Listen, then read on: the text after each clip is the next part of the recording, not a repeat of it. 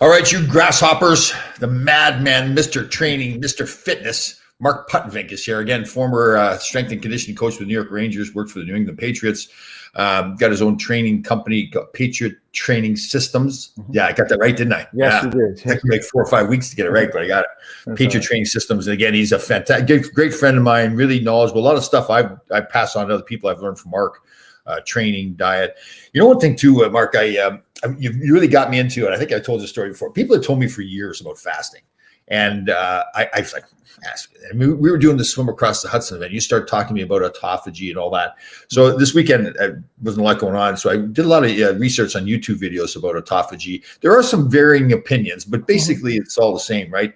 And a guy used a term called intercellular healing, I think called. So it's like the autophagy happens inside the cell. Inside the cell. Yeah, it's pretty cool stuff. So the way I look at there's different opinions. I try to break it down logically.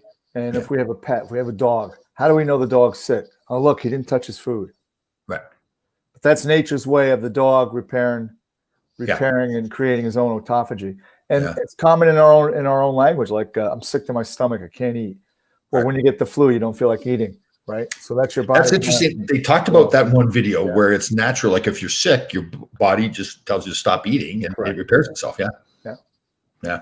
No, it's interesting. For people, I know we touched on, but I constantly, we've talked this before, constantly learning more and more stuff all the time. But it's interesting, really digging deep in the whole autophagy thing and what happens. So people that don't know, we haven't listened to our show before. Autophagy basically it's the body eating itself is what that literally means.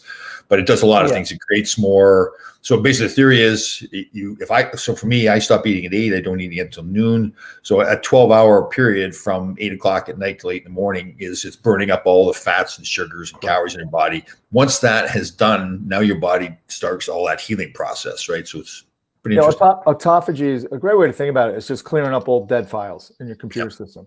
It's a time for you to shut it down, back it up, and clean out all the waste. Really is what and I feel it. Like I feel mentally sharper too, because it isn't just happening in your body; it's your brain cells as well, right? They're getting cleaned up. So they really talked a lot too about creating more human growth hormone too.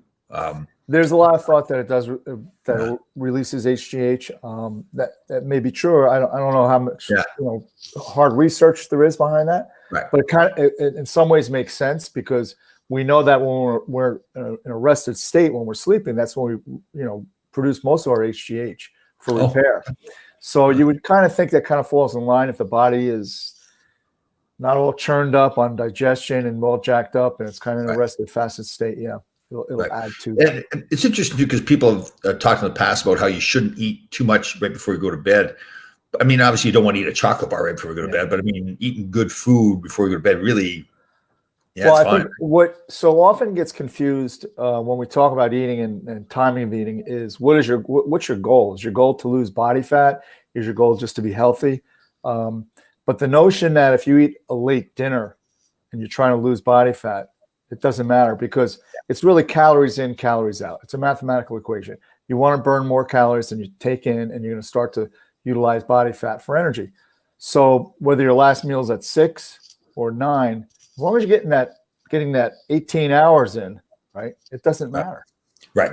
Well, like the calories are somewhat less important. It's the ability to have your body work the way it's supposed to work, and that's burn up that fat that's already stored in your body. That's how you lose the weight. Yeah.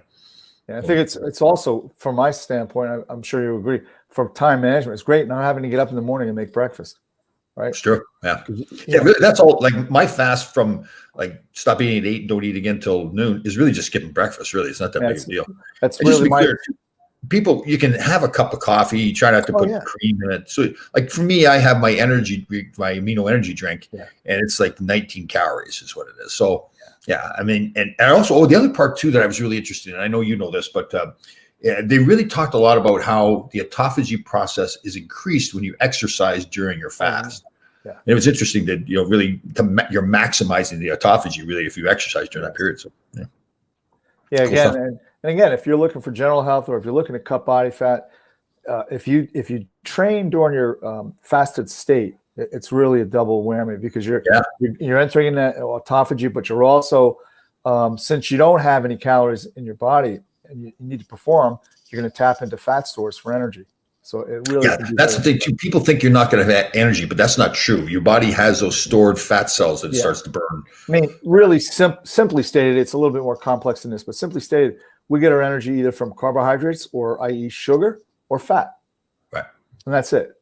So you want to fast, and when I say sugar, and even when you're sleeping and you're digesting that last meal, you're burning calories, because 10%, I think 10% of your calories burned in a day are from just digestion. So anyhow, you're really, when you enter that fasted state and you're burning up all that sugar, when you go to work out, all you have left is fat to burn. All right. Great question by one of our regular listeners. So I'm going to introduce this guy too. Barry Shelley. He's turned out to be a great friend of mine. Barry and I met each other. He's a big Ranger fan. He wanted me to sign something for him. So he's really nice and polite. He asked me to, if I could sign it for him, he sent it to me. I did that. He then in return, and it was totally unnecessary, he sent me, he was a military police officer. I believe I'm right there. Barry, go correct me. And he, for years, he obviously had this patch on his uniform that signified, he sent that patch to me that was on his uniform. And it was emotional because he did not have to do that. I signed a lot of stuff for people. And so him and I have become good friends. He started a thing called, he built a rink in his attic. So great guy, big fan here too. So his question is, lately I've been waking up around 1 or 2 a.m. and having a small bite and then go back to bed for a few hours. How bad is that? Well, bad is a relative term. I mean, if you're healthy and you're in good shape, it's not great. It's not detrimental. It does break up the fasted state. I would suggest if you really want to try this and get that 18 hours of fasting in, when you get up at 1 or 2, have a glass of water, because it'll kind of fill your stomach up. There's no calories in it. Just kind of wean yourself into that, and I think you'll be fine. But to say, is it dangerous? If it's a small bite, I don't know if it's dangerous, but we're not going to accomplish the goals you may be set out to do. Right. Totally. Yeah. The fasting is really healthy. Yeah. I agree with you totally. You wanted to touch on, did we miss some things that we didn't fully cover last week? Last week, Optimum decided to have. Oh, that's right. Yes. I forgot about that. Yeah. Yeah. Kind of just lost me there. So we were talking about using the tactical mindset and how that can relate to training and performance in sports and in our world, ice hockey in particular, but not specific only to ice hockey. So, we talked about the situational inoculation training, which is a fancy word for performing under stress. And we talked about maybe really jumping D-men and overloading them, and they have to work. And then, they rise to the occasion, so to speak, then with their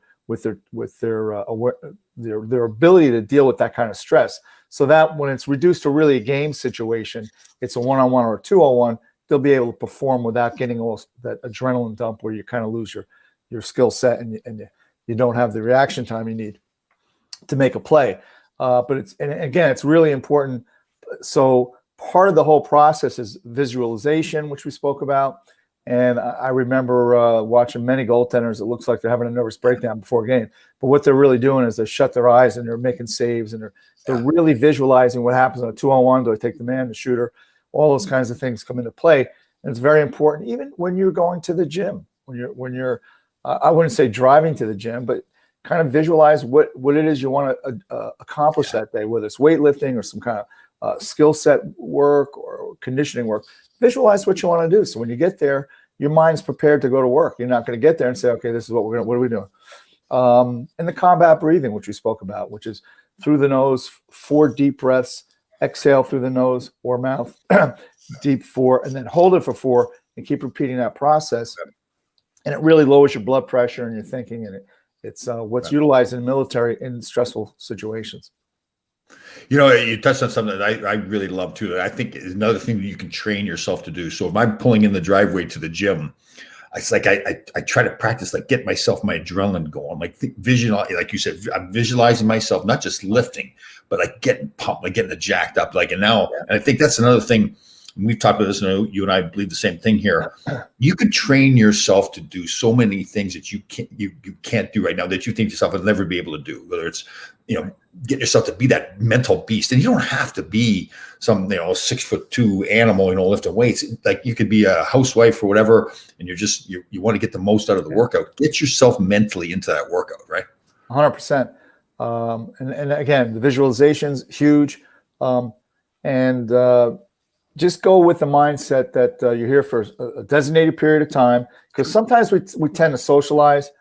Yeah. I'm probably the worst at it, because I'll start talking to this guy and that guy about the Rangers or the Jets or my teams. But set a time limit. And we always say, and for men especially, we do know that at about 55 minutes into working out, your testosterone level peaks, and there's a really huge crash after that. And is that right? Yeah, and then after it's around 55 minutes, and what happens is you get this huge crash in testosterone, but you get a really large spike in cortisol, which is it's tissue damaging hormone. It's the cortisol is that fight or flight stress hormone. Right. So the reason we want to make sure that the bulk of our work, maybe a little cardio after, but you start to tailor it down to zero at about. Now you taught me something there. I did not know that, and I noticed that in my workouts too. So I work out for about 90 minutes. And I have noticed, paying more attention and I got to be careful too, because sometimes I reach for my phone. I'll see what emails are coming in, and now you get your mind away from that, being in that zone of working out. And if it's around that 1 hour period, now it's kind of like it's hard to pull it back in, right? Absolutely, and I've been through this and it took a little while to figure it out for self-discipline with the phone myself, but also my fighters. When I train fighters, said, "Listen, guys, give me an hour. Phone's in your gym bag. Turn it off." Yeah. If it's that important, they'll come down here and get you. All right. Yeah. So that's a great point. Being able to just lock in. Isn't that true? Like stay in that momentum. Like let's say, okay, you're gonna do a set of 5 sets of 15 reps, right? Well, try to make sure that you're like, even for me, I try to look at the clock more to just say, okay, I'm gonna have a 30-second rest in between, and keep on that schedule, whatever that schedule is for you, 30 seconds or a minute, whatever it is, but stay on that schedule, right? You start looking at the phone, you start watching a lot of TVs, a lot of gyms have TVs in them. Mm-hmm. You start chatting with somebody else. Sure. I think you can still chat with somebody else, but make sure you're monitoring that time. Like if you say, I'm going to go back at it in 60 seconds, okay, chat with somebody for 30 seconds. A real good a way to work around that is to have a timer and set it up. Yeah. So as soon as you get done with your set, you hit it. And if it's a 60 or 90-second rest period, it'll beep and you go, hey, sorry, I got to go again. Definitely. I've got on my phone, I've got an app too. I can't remember the name of it. There's an app on my phone that I use for that too, but that's important too. Yeah. There's a ton of them. I mean, this mindset of time frame in training, it also applies to skill set work. So let's say whether it's skating or stick handling or shooting pucks or any other skill that you're going to need for your own particular sport, it's best to keep those skill sessions to about 20 minutes. Because so what will happen is you get hit neural fatigue, and then you start breaking down your technique, especially if you're working on one particular skill set. Let's say your edge work. For most hockey players, when they're developing as young men or women, they have a difficult time learning how to turn on both sides, right? 20 minutes and that's it, because then you're going to break down. When neural fatigue sets in, first thing to go is technique. And you can see this with any other sport. I mean, you've seen like the long distance runners when they come in the Olympics, the super marathoners, whatever they don't have a great stride because they're broken down. I mean, there's other factors to it, but the neural fatigue set in a long time ago, and their technique is kind of broke down. Yeah. Herb Brooks is really good and talking about the fatigue part. He would have specific days. He'd have it all laid out for the whole season. Yeah. He'd have like one day a week. He had this guy, great guy, Jack Blatherwick, with him that followed him. Cardiac Jack.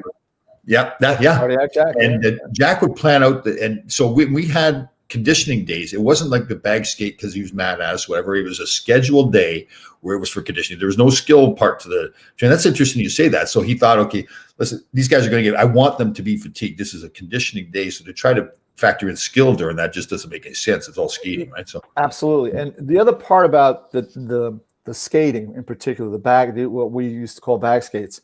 And I always say never confuse punishment with conditioning. Yeah. In the NHL, it's different. You're going to send a message. I get that. But when you're working with a youth player, coaches out there, do not use, like when you lose a little bit of your patience or not performing a drill right or whatever, you don't say, okay, now we're going to skate 3 laps hard. Yeah. Because they start to develop a mindset that conditioning work is punishment. So there's no pleasure attached to it. But if you present it as conditioning, means you're going to be more successful than the guy who doesn't put in the work. then they can buy into it. And we've talked about how important it is to buy into things. If you don't buy into it, it's not going to work. Yeah, and the ultimate weapon you have, if you have enough players I say weapon, that's a terrible way of putting it, but the thing you have to use over the players, if it's a discipline issue, if they're not doing what you want them to do, it's ice time on the game, right? I mean, because everybody wants to play, so like to try to use conditioning. I agree, and they did that for years of me as a player. You're right. I remember feeling myself when the coaches say line up, you start getting that sick feeling in your stomach, right? Oh God, like this is a terrible thing. Instead of thinking, yeah, okay, I need this. It's going to make me a better athlete, right? Yeah.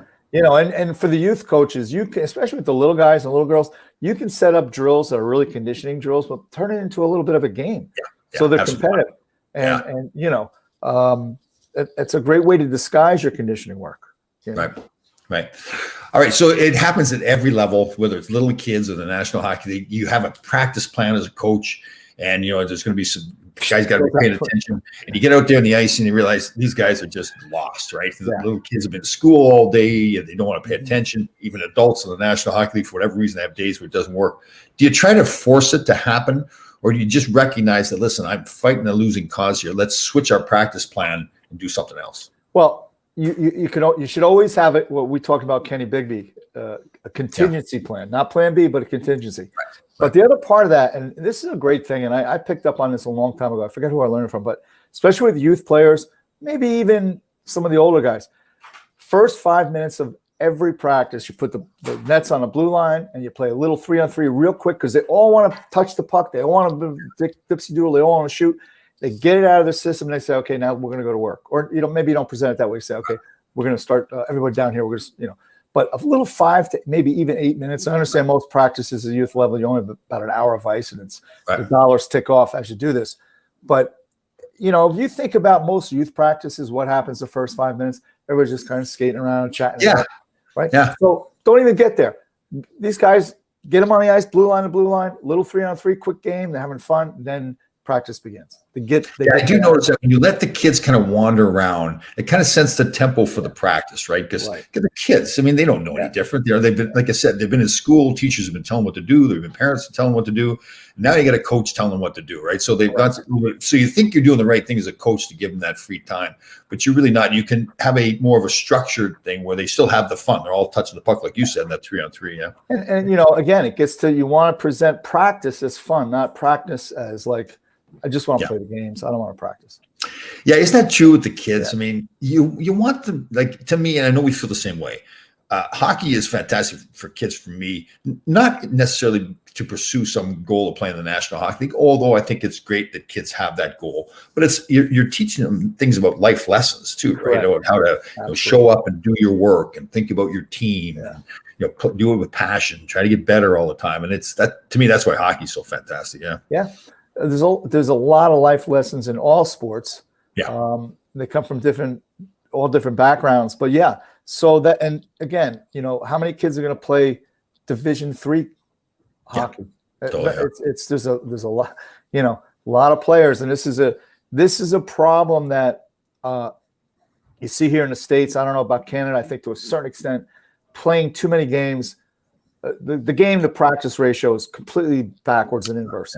Should be the other way around. Yeah, totally. And it's that whole, and again, you understand what happens and talk about this before.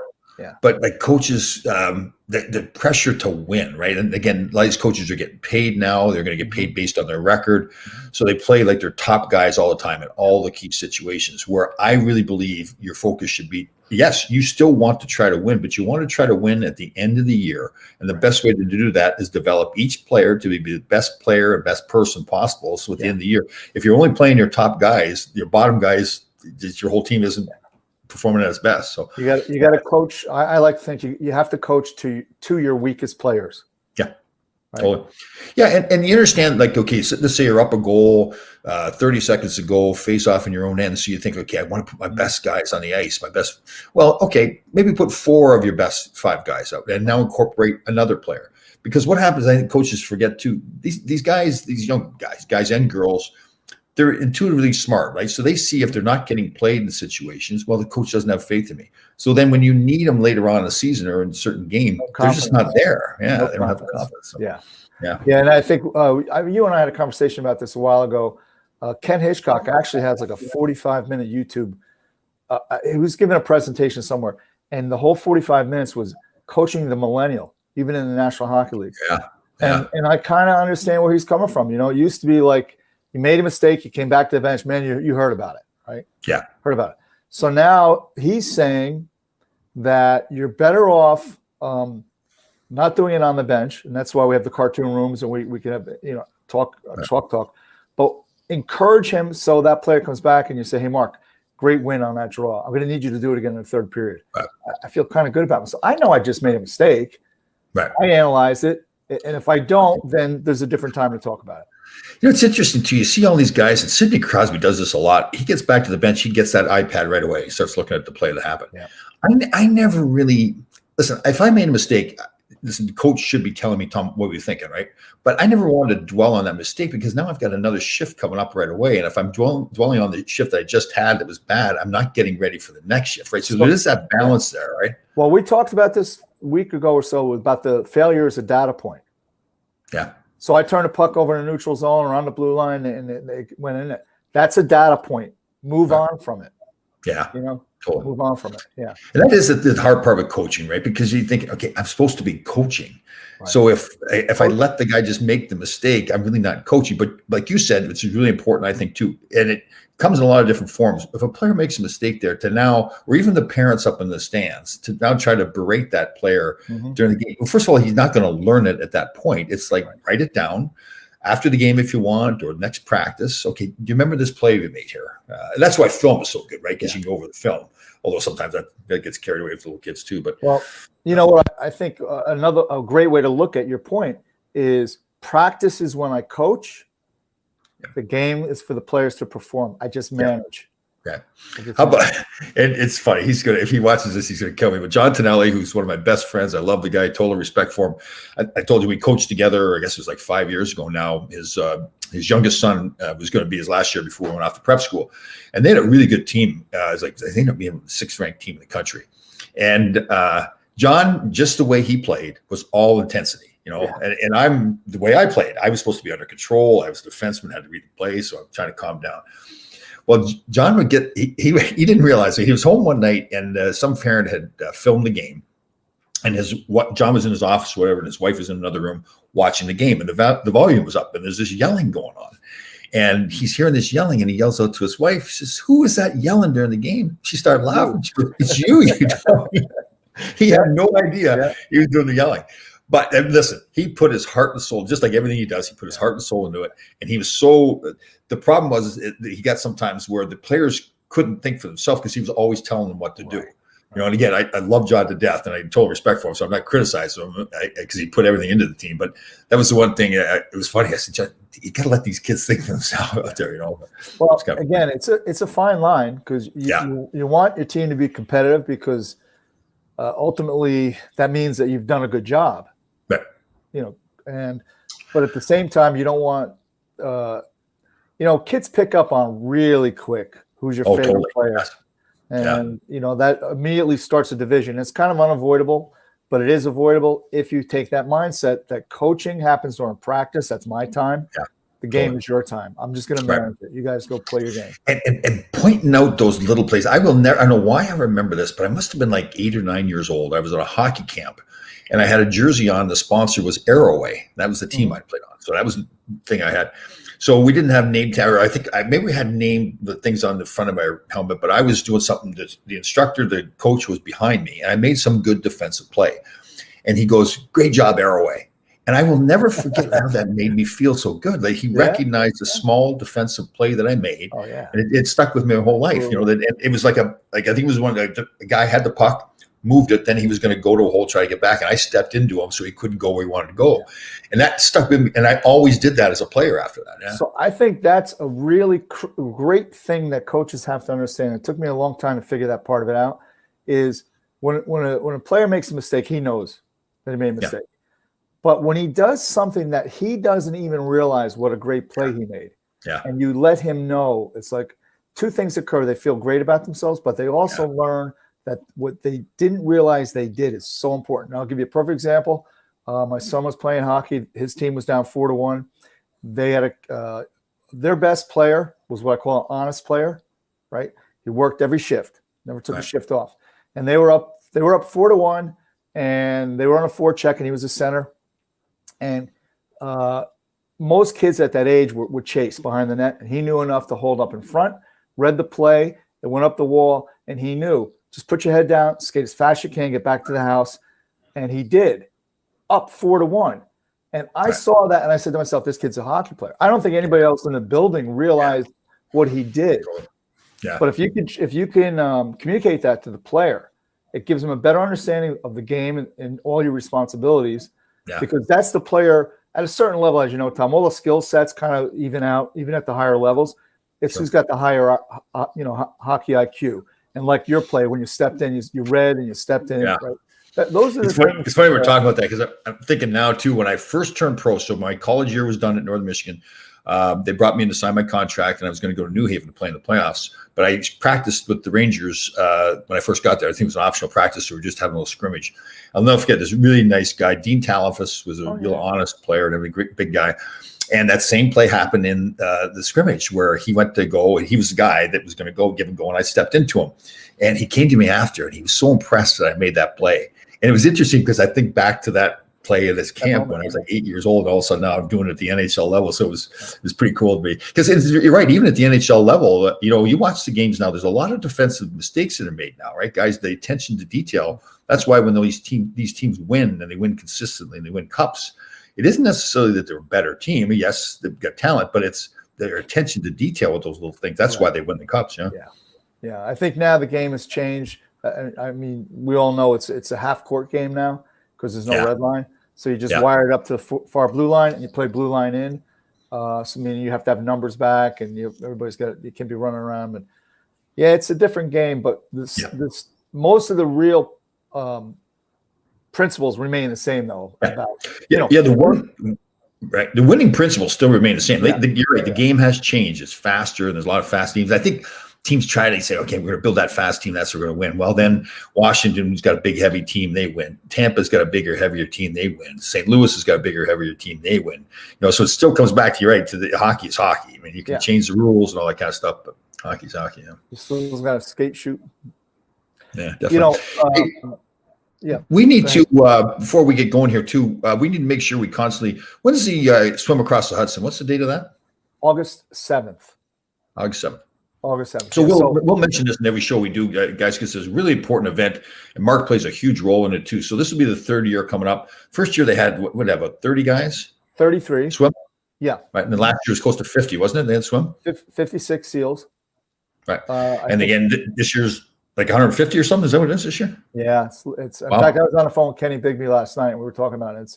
It's going to be at least 150. Yeah. We got to get Kenny on a show with you and I. I'd love that guy.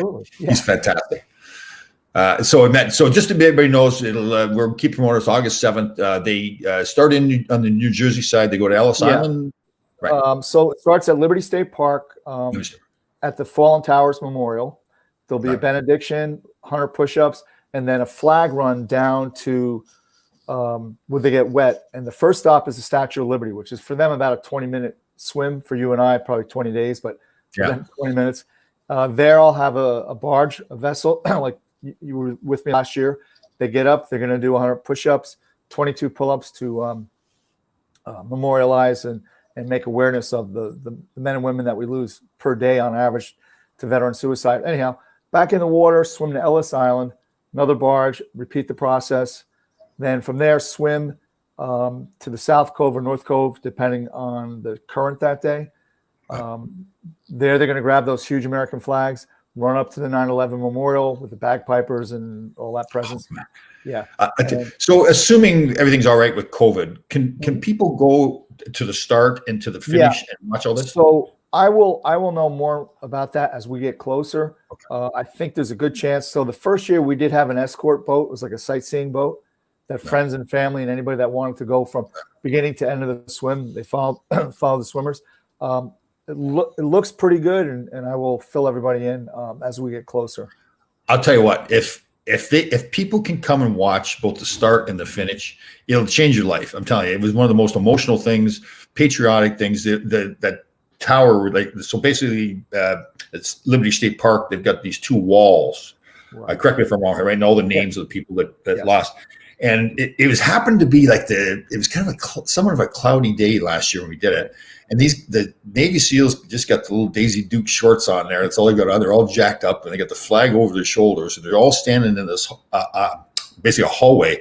And the view behind it too, and the whole bit was just incredible. And then when they do the speeches and everything, they do the push-ups and do the pull-ups. It was unbelievable. And then to be in Manhattan when they're running through the city with that on too, it was incredible. Yeah, it was good.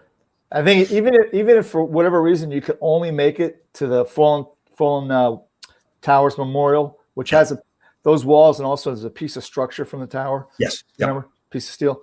Yep. Even if that's all they can make it to see them, the benediction, the push-ups, and then the general, the Marine, Marine who spoke, and then followed up by Bill Brown. Yeah. If you're not completely jacked up and proud to be here and motivated, then you're probably you're on life support. Yeah, like that. The Marine when he spoke. What is that poem that it's kind of a poem? It's like it's a warrior's poem.